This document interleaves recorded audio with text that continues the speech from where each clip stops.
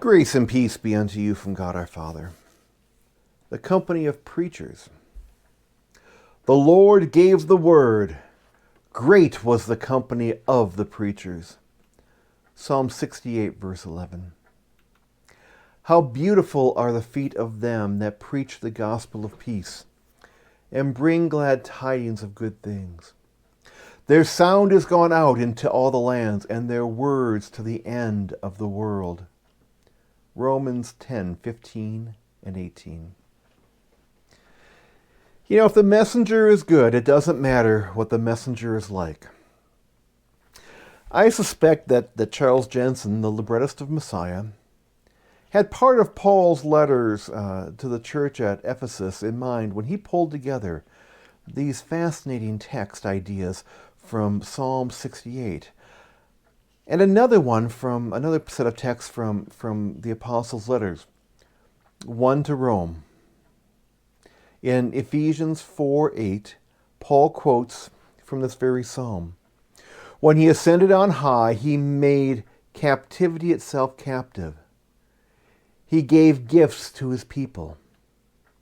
That's the idea which we've come across already. The King Messiah, conquering his enemies and taking tribute from them, which he then distributed to his jubilant followers. But Paul gives it a special application. The gifts, he says, are those of the ascended Christ to the church. The gift of apostleship, of prophecy, of evangelists, of pastor or teacher. So he links the ascension of the risen Christ with the gifts necessary for continuing his work on earth. A central part of that work, and indeed the central part, is to bring the good news of Christ's victory to the whole world.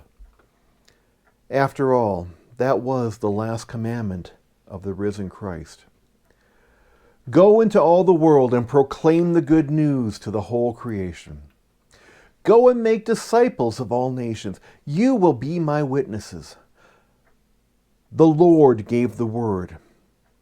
It is, as Mark called it, good news of God. It is the unfolding of his purpose for the whole of mankind, now revealed through the Messiah.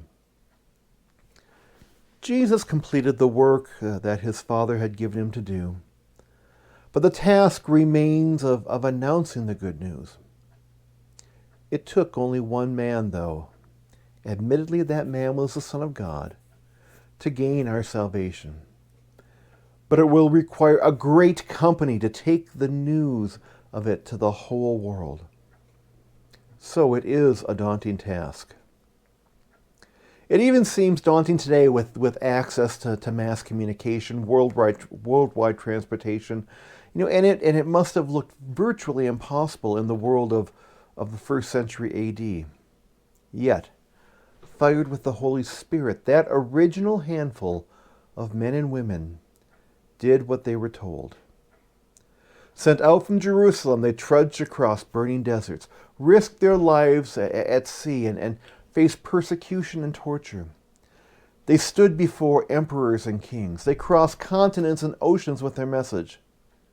And slowly at first, then with mounting success, they began to win the ancient world for Christ.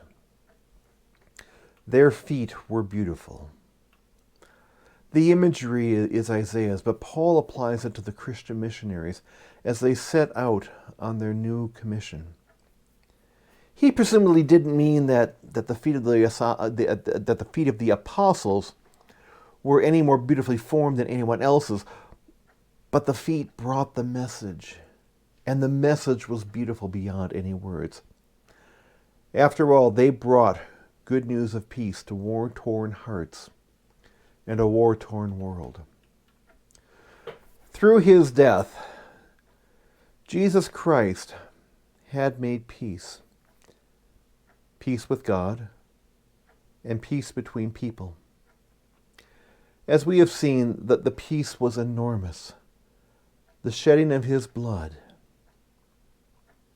But the result was beautiful. and those who bore the message were themselves transformed by it. Christ's followers are still called to be messengers of the good news. But if people are to receive and believe it, they will need to see that it has already had its effect on the messengers.